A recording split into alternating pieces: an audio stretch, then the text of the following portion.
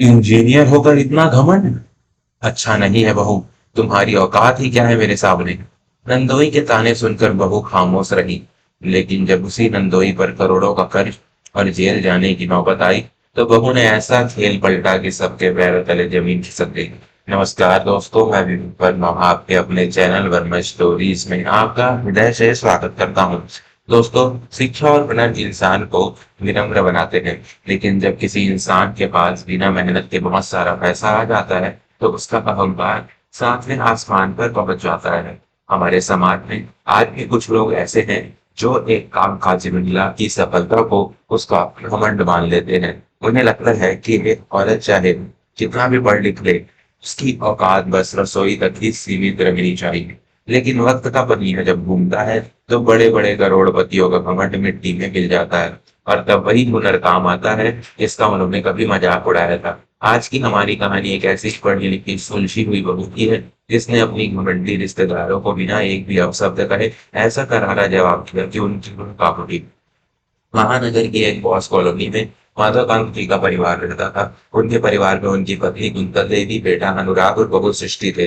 माधवकांत जी की एक बेटी भी थी, वैशाली, जिसका विवाह प्रशांत नाम के एक बहुत बड़े ठेकेदार और व्यापारी से हुआ था। प्रशांत का शहर में अच्छा खासा नाम था और उसे अपने पैसों का, अपने रुतबे का बेहद घमंड था। अनुराग एक बैंक में शाखा प्रबंधक था और उसकी पत्नी सृष्टि एक बहुत ही होनहार और उच्च कोटि की स्ट्रक्चरल इंजीनियर, संरचनात्मक अभियंता थी। सृष्टि शहर की एक बहुत बड़ी निर्माण कंपनी में मुख्य पद पर कार्यरत थी। उसका काम बड़ी बड़ी इमारतों, पुलों और होटलों को डिजाइनों की जांच करना और उनको सुरक्षित बनाना था। सृष्टि जितनी अपनी नौकरी में तेज थी, उतनी ही वह घर के कामों में भी निपुण थी। वह सुबह जल्दी उठकर सबके लिए नाश्ता बनाती और फिर दफ्तर जाती थी। लेकिन कुंतल देवी को अपनी बहू का यह नौकरी करना बिल्कुल पसंद नहीं था। उन्हें लगता था कि घर की औरतों को बाहर जाकर भागते नहीं खाने चाहिए। कुंतल देवी की इसी सोच को और हवा देता था उनका दामाद प्रशांत। प्रशांत जब भी अपनी पत्नी वैशाली के साथ ससुराल आता, तो वह अपनी दौलत का दिखावा करने का कोई मौका नहीं छोड़ता था। उसे सृष्टि का एक इंजीनियर होना और आत्मविश्वास से बात करना बिल्कुल रास नहीं आता था।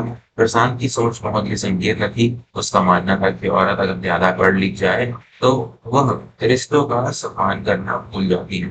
एक रविवार की शाम पूरा परिवार खाने की मेज पर बैठा था। प्रशांत और वैशाली भी आए हुए थे। प्रशांत अपनी नई खरीदी हुई करोड़ों की जमीन और अपने नए व्यापार के बारे में बड़ी बड़ी आंक रहा था।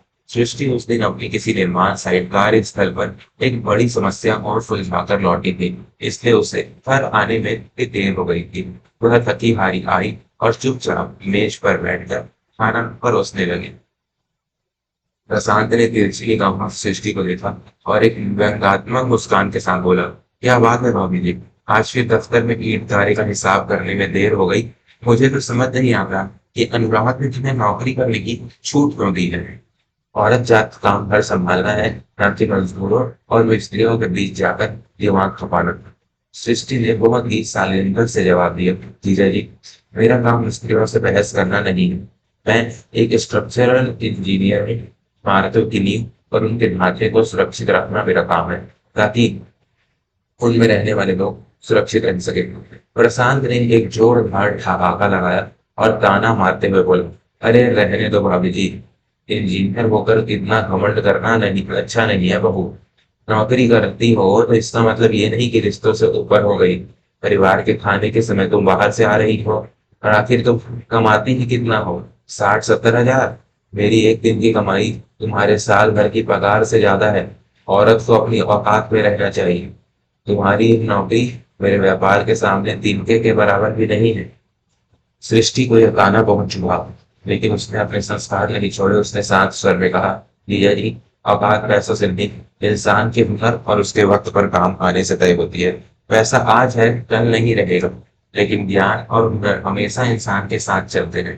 कभी कुंतल देवी बीच में बोल पड़ी, जुबान मतलब है बहू, प्रशांत दामाद जी है हमारे, करोड़ों में खेलते हैं, और उनके सामने क्या है? 2 कौड़ी की नौकरी क्या कर ली? मुझे लगता है तुझे लगता है तो दामाद जी को ज्ञान देगी। चुपचाप खाना परोस। अनुराग ने अपनी पत्नी का पक्ष लेना चाहा, लेकिन सृष्टि ने उसे आंखों ही आंखों में शांत रहने का इशारा कर दिया। वह जानती थी कि बहस करने से घर का माहौल और खराब होगा। दिन बीतते गए। प्रशांत का अहंकार बढ़ता ही जा रहा था। उसने शहर के बाहरी इलाके में एक बहुत बड़ा और आलीशान रिजॉर्ट विश्राम गृह बनाने का काम शुरू किया था। यह उसका अब तक का सबसे बड़ा और महत्वाकांक्षी प्रोजेक्ट था।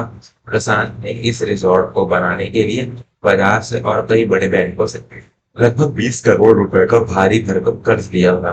प्रशांत ने कुंतल देवी के घर आकर बहुत शान से बताया, सासू माँ, अगले महीने मेरे नए रिजॉर्ट का उद्घाटन है।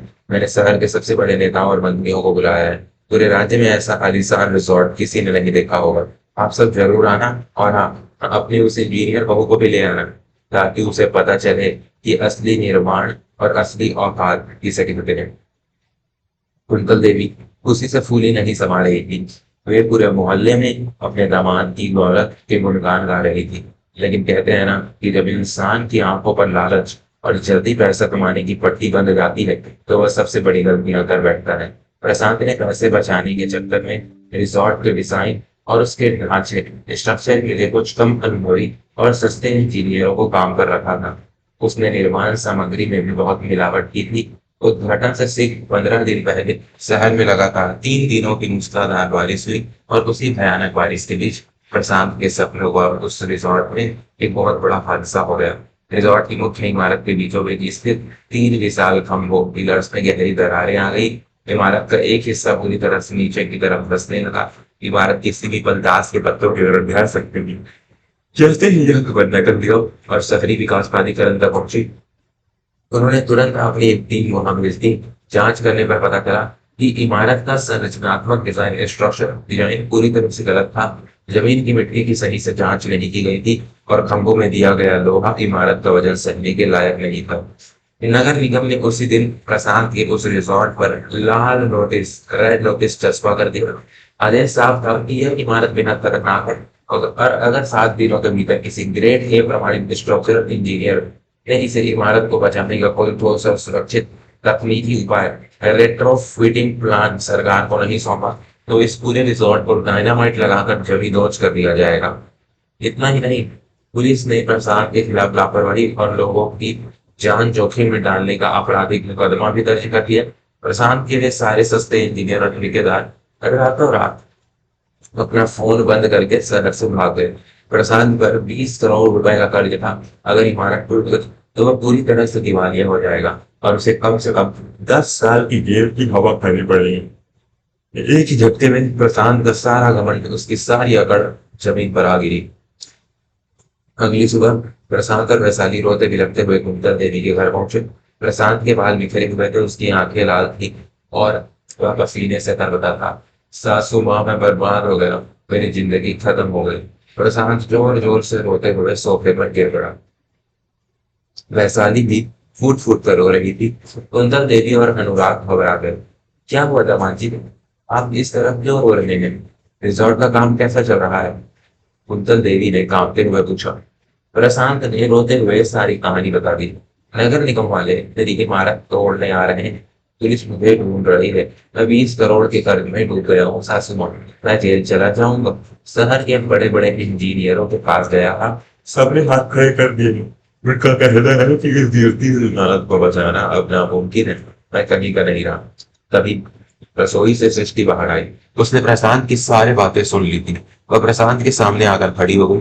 प्रशांत ने जैसे ही सृष्टि को देखा, उसे अपनी वो सारी कड़वी बातें और ताने याद आ गए जो उसने इसी कमरे में बैठकर सृष्टि को मारे थे। वह शर्म से अपनी नजरें नहीं मिला पा रहा।